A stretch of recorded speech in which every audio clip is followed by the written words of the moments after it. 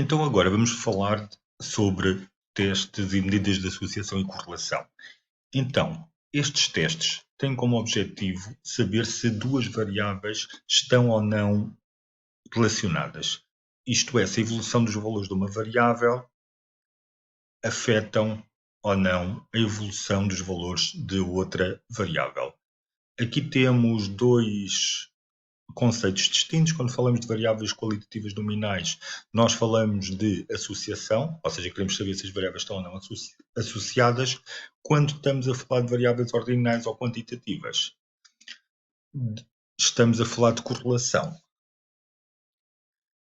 Os métodos que nós vimos antes, nós queríamos ver se existiam diferenças entre grupos relativamente a uma determinada variável.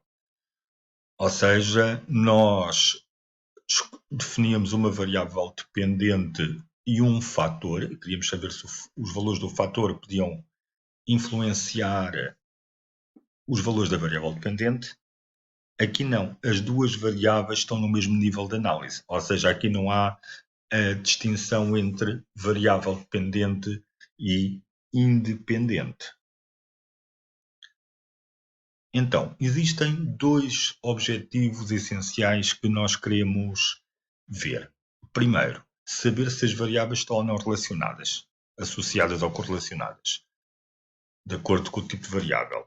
Segundo objetivo, saber a magnitude ou intensidade da associação ou correlação, ou seja, se elas estão relacionadas, o quanto é forte essa relação entre as duas variáveis.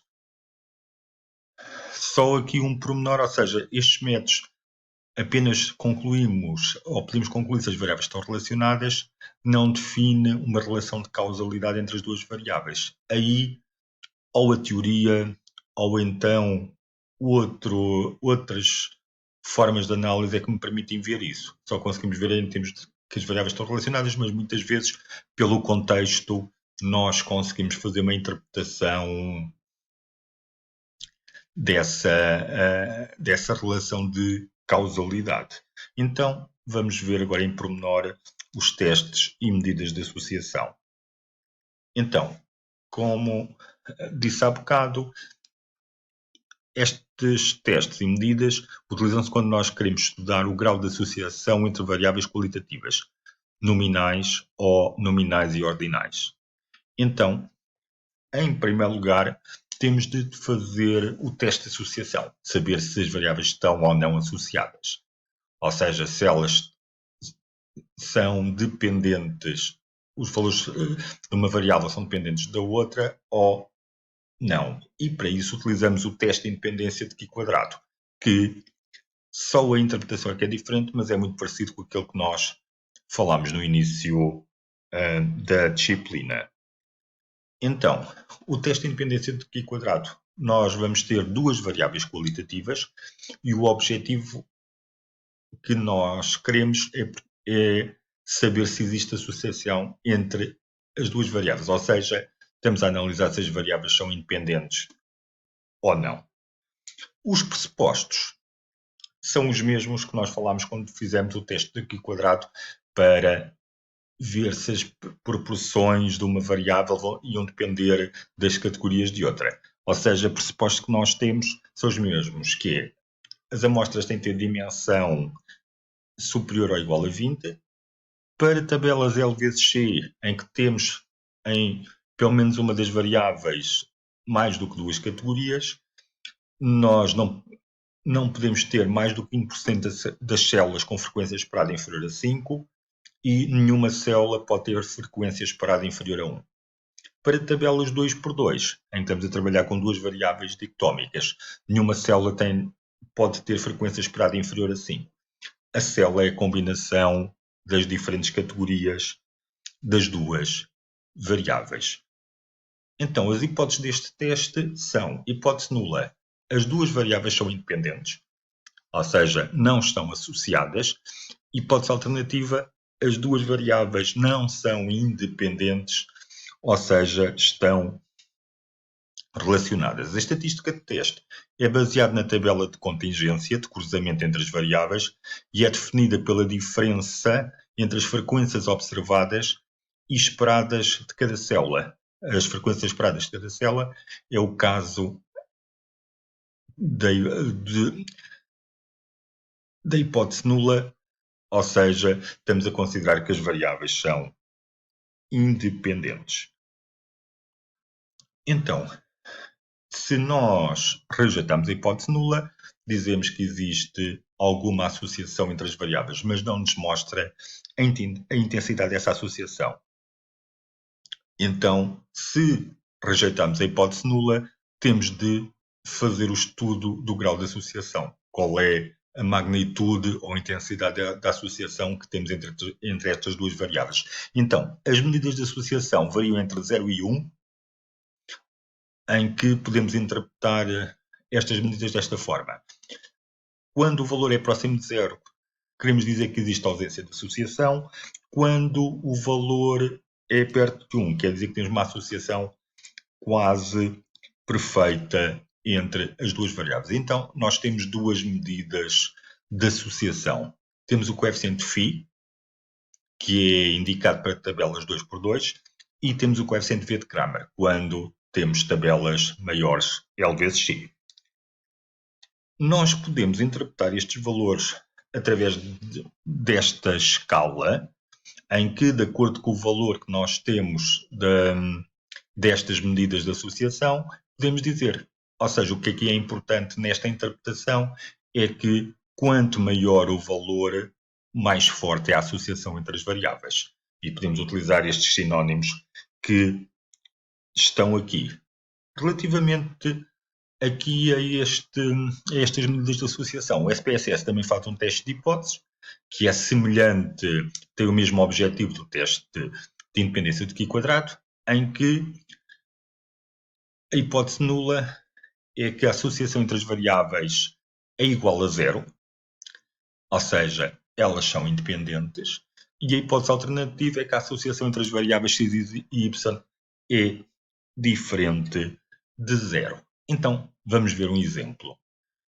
Então, nós queremos saber se existe relação entre a frequência de exercício e o estado depressivo do participante.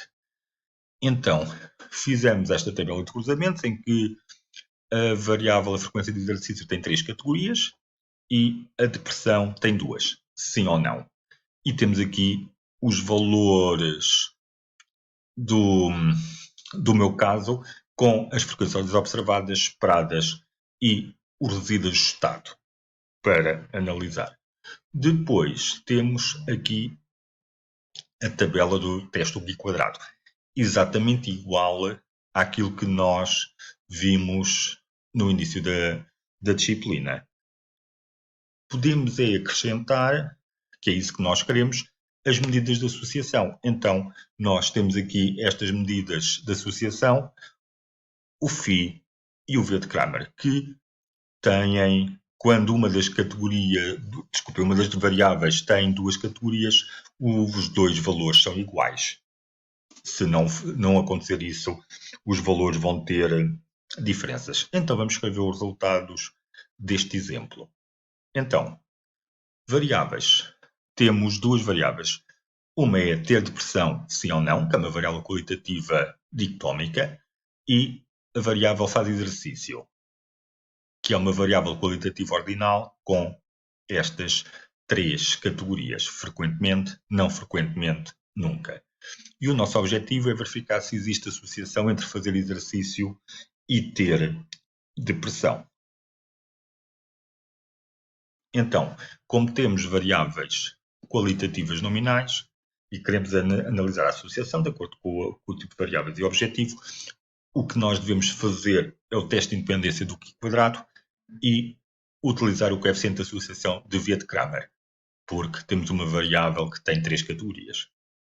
Pressupostos deste teste, nesta situação, tem que ter a dimensão da amostra maior ou igual a 20 e, como temos uma tabela L vezes C, não pode existir mais do que 20% das células com frequência esperada inferior a 5 e nenhuma célula pode ter frequência esperada inferior a 1.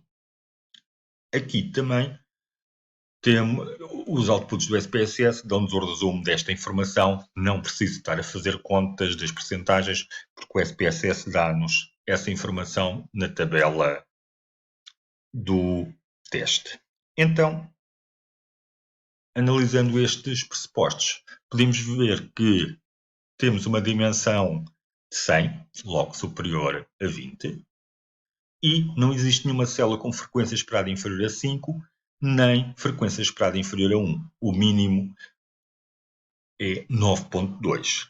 Logo, os pressupostos são verificados, por isso podemos fazer o teste ao quadrado. Então, vamos escrever as hipóteses. Hipóteses do teste.